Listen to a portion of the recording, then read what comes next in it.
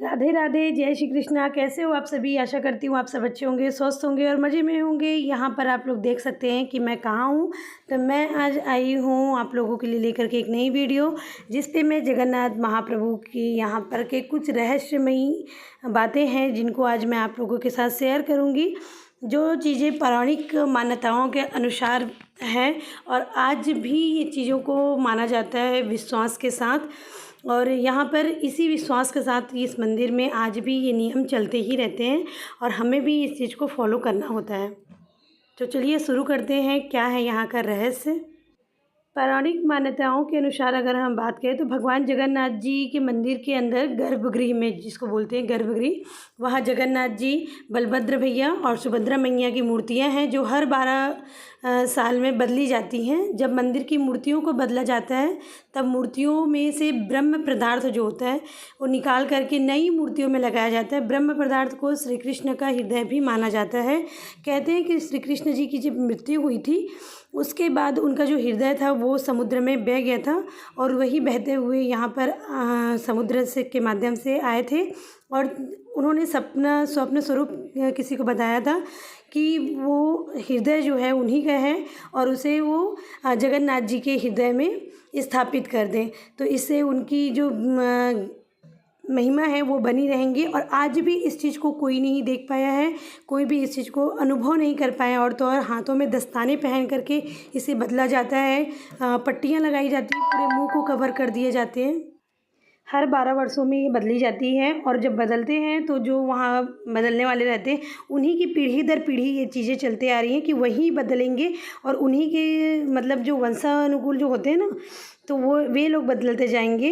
तो इसमें आँखों में पट्टी बांध दिए जाते हैं, हाथों में दस्ताने पहनते हैं जो इस चीज़ को बदलते हैं। ब्रह्म पदार्थ जो बोल सकते हैं वो श्री कृष्ण जी के हृदय हैं, उनको बदल करके इनमें नई मूर्तियों में स्थापित किए जाते हैं।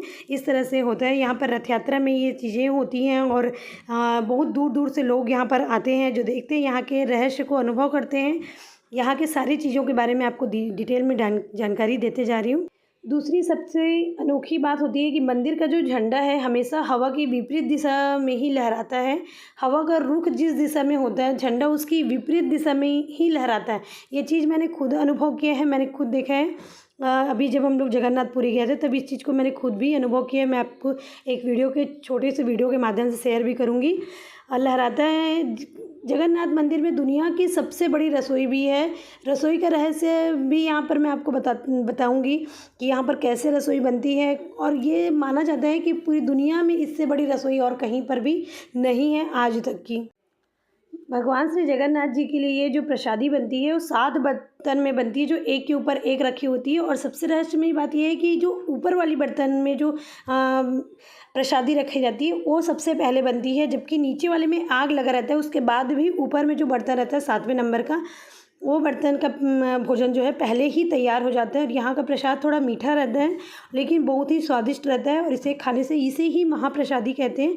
जो भगवान श्री ब्रह्मदेव ने भी यहाँ से मांग करके खाया था, इसे ही महाप्रसाद के नाम से जाना जाता है। जो आप लेकर के आते हैं गुलाबी रंग के पैकेट में, वो इसी चावल से बनता है। जो यहाँ पर प्रसादी बनती है उसी चावल को जो नीचे गिर जाती है उस चावल को उठा करके वहाँ के लोग उसे महाप्रसादी बनाते हैं और इसे ही हम लोग लेकर के आते हैं, जो अति महत्वपूर्ण होता है। और ये महाप्रसाद खा करके आप मोक्ष की प्राप्ति प्राप्त कर सकते हैं।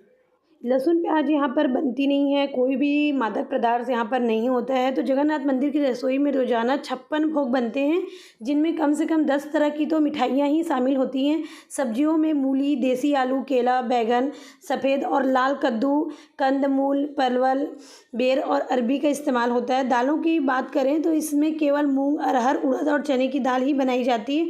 लेकिन यहाँ का खाना पता नहीं क्या डाला जाता है इसमें कि इतना मिठास होता है और खाने की जो स्वादिष्ट होता है ना, स्वाद होता है वो इतना स्वादिष्ट होता है कि आपका मन नहीं भरेगा, पेट भर जाएगा लेकिन मन नहीं भरेगा। ऐसे यहाँ की प्रसादी होती है। और लेकिन यहाँ पर कैमरा आप नहीं ले जा सकते, इसलिए आपको महाप्रसादी का भी दर्शन हम नहीं करा सकते हैं। ऐसा माना जाता है कि माता लक्ष्मी स्वयं यहाँ पर आकर के प्रभु के लिए भोजन बनाती हैं, इसलिए यहाँ का रसोई बहुत ही पवित्र माना जाता है और बहुत बड़ी रसोई मानी जाती है। और माता लक्ष्मी प्रभु के लिए तो भोजन बनाती ही हैं, साथ ही अपने भक्तों के लिए भी यहाँ पर भोजन भंडारा बना देती हैं, जो कि कभी भी समाप्त नहीं होता।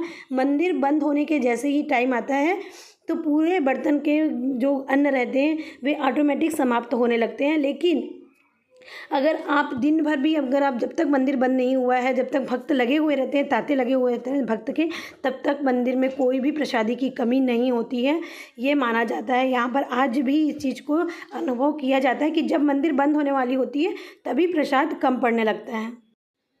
पुरी के इस मंदिर में भगवान जगन्नाथ, उनके भाई बलभद्र और बहन सुभद्रा की काठ लकड़ी की मूर्तियां हैं। लकड़ी की मूर्तियों वाला ये देश अनोखा मंदिर कहलाता है। यहाँ पर इतनी अनोखी यहाँ पर कि आपको हर एक चीज़ लगेगी अनोखी। और ये यहाँ की प्रसादी है जो यहाँ पे खाजा बनता है और ये आपको गेहूं के आटे से बनती है, लेकिन ये बहुत ही टेस्टी होती है, स्वादिष्ट बनती है ये भी। तो ये तो हो गई मंदिर के बारे में आपको अनोखी जानकारी जो रहस्य बनी हुई रहती है। और आज भी यहाँ बहुत ऐसे रहस्य हैं जो आज भी रहस्य ही बनी हुई हैं, जिनके बारे में वैज्ञानिक भी पता नहीं लगा सकते हैं। और यहाँ पर मैं आपको लाइव दिखा रही हूँ। अभी मैंने आपको बताया था कि मैं आपको बताऊँगी कि झंडा विपरीत दिशा में ही लहराता है। ये देखिए, हम खड़े हैं यहाँ पे जगन्नाथ मंदिर के जस्ट सामने में, हवाएं दूसरी ओर से आ रही है और झंडा जो है दूसरी दिशा में ही लहरा रही है। तो ये यहाँ पर का अद्भुत चमत्कार है। आप लोग को ऐसे ही अच्छी जानकारी देने के लिए मैं वीडियो बनाती हूँ। तो प्लीज़ मेरे वीडियो को ज़्यादा से ज़्यादा शेयर कीजिए और आप लोग मेरे वीडियो को प्यार दीजिए, लाइक शेयर सब्सक्राइब जरूर किया कीजिए। और मैं नेक्स्ट वीडियो में लेकर के आऊँगी कि आप जगन्नाथपुरी कैसे जा सकते हैं। Bye bye.